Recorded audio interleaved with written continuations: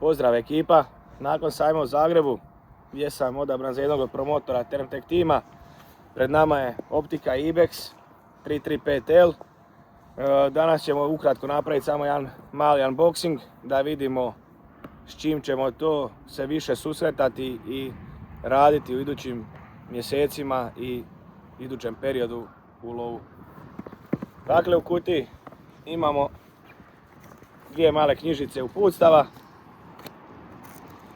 Termtekovu krpicu za leće, dodatna kutija u kojoj se nalazi kabel tip C za optiku, baterije, dva uloška dodatna, odnosno za uređaj, te u ovoj simpatičnoj vrećici dodatni punjač za uloške za bateriju.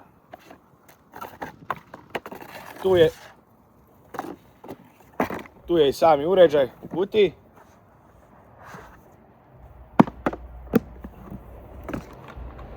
Evo ga, pred nama je uređaj Ibex 335L.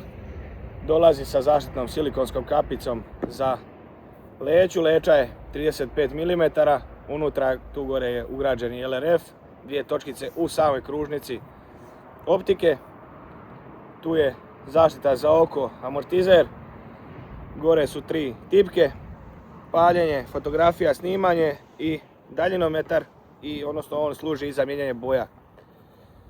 Uređaj je, rekli smo već, leća je 35 mm, displej je 1600x1200 AMOLED, što daje vrlo dobru sliku. Moram napomenuti, ovo je ulazni uređaj od optika za Termtek, znači, a vjerujem da ćete biti dosta zadovoljni s njim.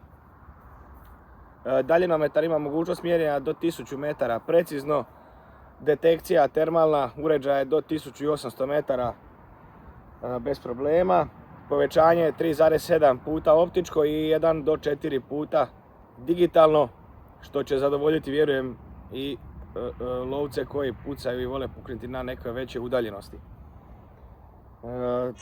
Sama težina mu je 770 grama, što znači da je uređaj vrlo lagan i kompaktan.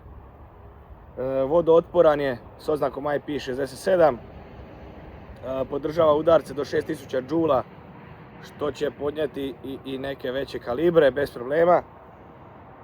Prstenovi tubus, znači 30 mm standardno. I evo ga, to bi bilo to ukratko o ovom uređaju. Više u narednim videima kad ga budemo testirali na terenu. Hvala vam i pozdrav, vidimo se.